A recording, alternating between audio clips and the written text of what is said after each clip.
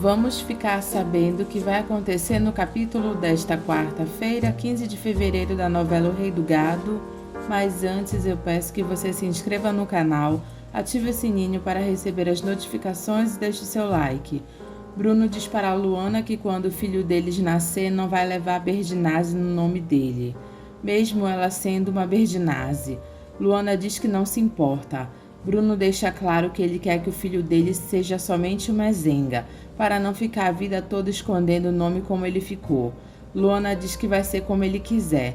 O meu pai se arrependeu de ter posto esse nome em mim. Um nome que eu nunca assinei, sempre foi Mezenga, como os meus filhos. Luana diz que o filho dela também vai ser um Mezenga. Ela diz também que não quer mais ser Marieta Berdinazzi.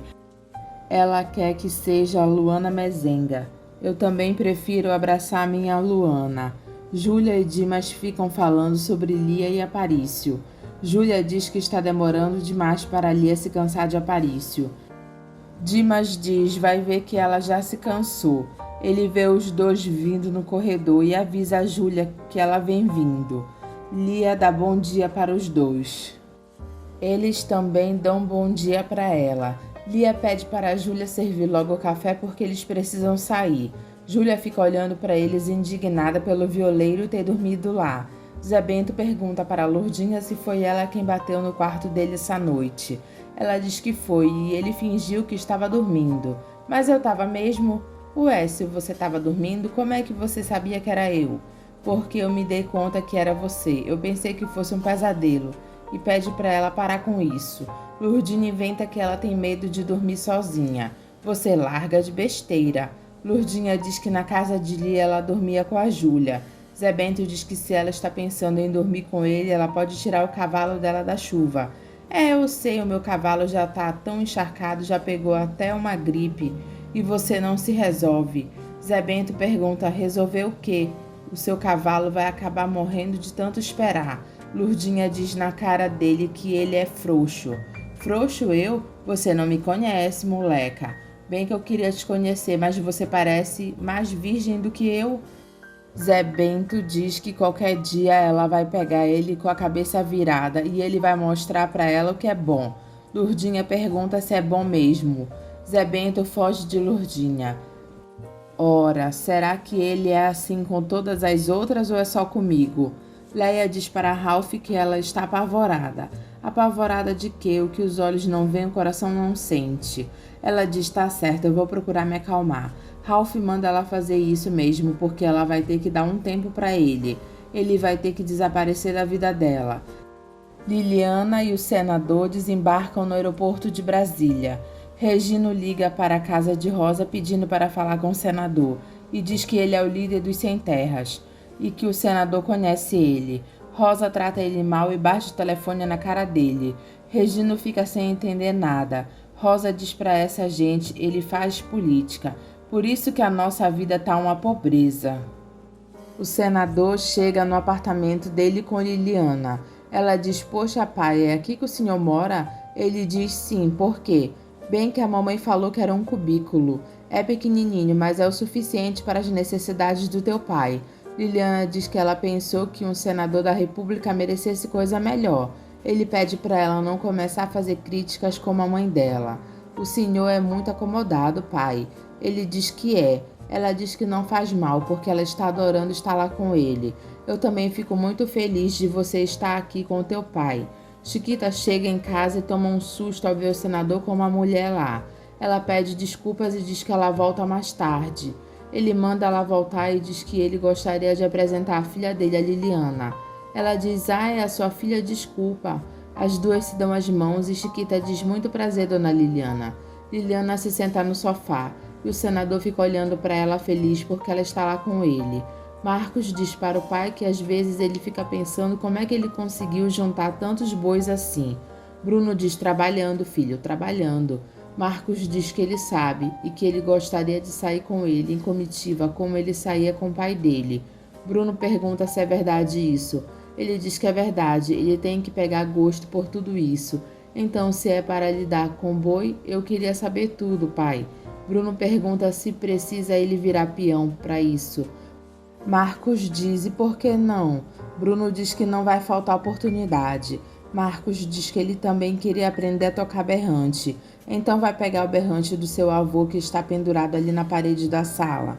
Marcos olha o berrante que era de Henrico. Bruno vê e diz que ele não acredita que isso esteja acontecendo. Marcos segura o berrante de Bruno. Zé do Araguaia manda a dona Ana dizer para Bruno que ela desistiu dessa ideia maluca de adotar um filho. Ela diz: mas nem pensar, é promessa. Zé diz que seja o que for, ele não quer saber dessa história. Dona Ana diz: mas eu quero. Ele diz que eles não têm mais idade para quererem um filho. Bota isso na cabeça. Ela diz: temos sim, porque eu não pretendo morrer amanhã. Mas e se eu morrer, como é que você vai fazer para criar esse filho que você está querendo? Eu tenho 2 braços e 2 pernas. Ah, deixa de ser besta, mulher. Deixa de ser besta você, Zé do Araguaia. Tá certo, mas se essa criança entrar por uma porta, eu saio pela outra. Ela diz que ele pode sair. Ela já até falou para a santa dela que ela não iria mais se importar se ele fizesse isso. Ele diz que vai sair agora. Pode sair, corre lá para os braços daquelas donas. Zé larga a fechadura da porta e fica olhando para a dona Ana. Bruno fica ensinando para Marcos como se faz para se tocar o berrante. Dona Ana ouve o barulho do berrante. Zé do Araguaia também ouve e diz: o que é isso? Bruno toca o berrante e Marcos fica observando tudo. Luana fica admirando Bruno. Marcos diz para Zé do Araguaia que o pai dele está ensinando ele. Zé diz que ele quer ver. Bruno dá o berrante para Marcos para ele tentar agora. Eu acho fácil para mim, não tem segredo não. Zé manda ele tocar então, porque ele quer ver. Marcos toca o berrante e sai um barulho horrível. Dona Ana acha engraçado. Zé do Araguaia e Luana também acham graça. Bruno diz que ele está apertando demais a boca e também não é corneta. Não precisa inflar as bochechas. O ar tem que sair comprido. Vai tentar de novo? Marcos diz que ele pensou que fosse fácil. Zé diz que é fácil para quem sabe. Marcos tenta novamente, mas sem sucesso. A barraca de Regino está pegando fogo e ele salva o filho dele. Já na parte de fora, as barracas de todos os sem-terras também estão pegando fogo. Jacira chora ao ver a maldade que fizeram com eles. Marcos tenta tocar o berrante outra vez e consegue. Não igual ao pai, mas consegue. Zé diz: é isso aí. Regino fica sentado no meio da estrada junto com o povo dele, fazendo protesto e interrompendo o trânsito. O senador descobre pelo telefone sobre o que aconteceu com os sem-terras. Liliana pergunta o que está acontecendo. Ele diz nada do que já não fosse esperado, mas o teu pai está se sentindo um lixo. Bruno dá a opinião dele para Zé do Araguaia, dizendo que ele não acha um bicho de 7 cabeças ele adotar uma criança com a dona Ana. A dona Ana fala nisso já faz tempo.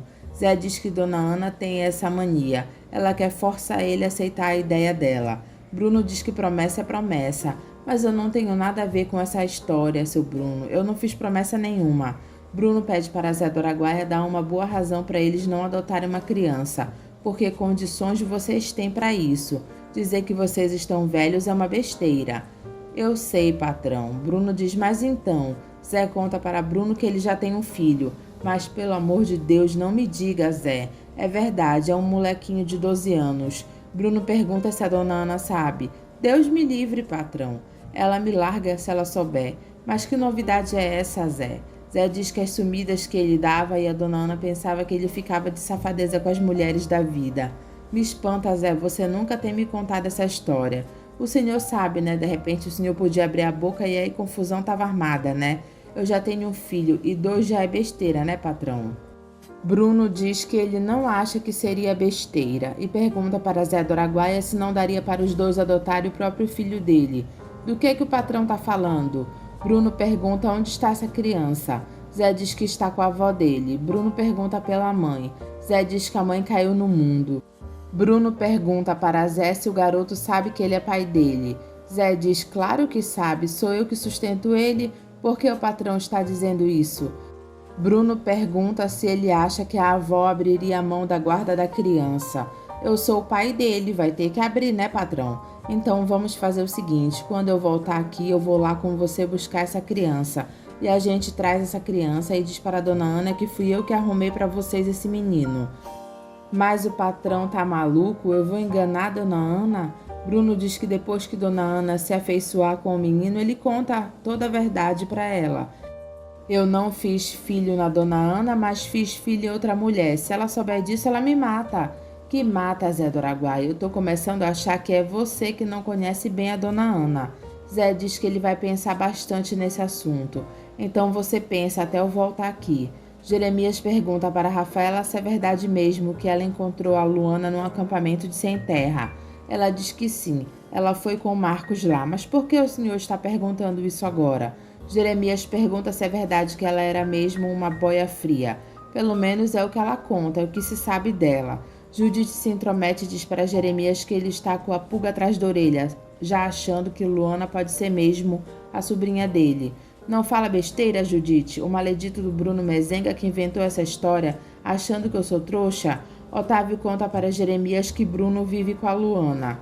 E Rafaela, que até então não havia falado nada, repete o que Otávio disse. Jeremias diz: vive amigado? É, tio, amigado. Madonna mia, mas aquela largatia podia ser filha dele. Podia, tio, mas amor não vê essas coisas. Jeremias diz que se Luana for mesmo filha do irmão dele, Giacomo Guilherme, eles são primos. Judite diz: de primeiro grau. Vamos deixar esse assunto pra lá, porque se ela for mesmo uma Berdinazzi, ela não se junta nunca com ele. Liliana pergunta para Chiquita se ela não quer dar uma volta com ela, porque ela não conhece a cidade, ela pode se perder. Chiquita diz: então tá, eu vou com você. Eu não sei o que a minha mãe viu para implicar com essa menina. As duas passeiam por Brasília. Jeremias diz para Otávio que ele vai com a Rafaela para a Itália. Ele vai ter todo o tempo do mundo para se entender com ela. Otávio diz que ele vai sim. Jeremias diz para Rafaela ir para a Itália pegar a segunda via da certidão de nascimento dela e dos outros documentos também, porque se ela tiver Berdinazzi nos documentos, isso para ele já basta. Ela diz: só isso basta? Mas é claro que sim. Será que é tão difícil de entender? Se você tivesse me chegado aqui com esses documentos, não precisaria mentir que era a Marieta. Seria tão fácil de compreender isso. Rafaela pergunta se ele iria mesmo acreditar nos documentos dela. Se eu acreditei naquela história, filha minha. Tá certo, tio, eu vou com o senhor para a Itália. Jeremias diz que ela vai para a Itália, mas não com ele. Como assim eu não vou com o senhor? Você vai com o Tavinho.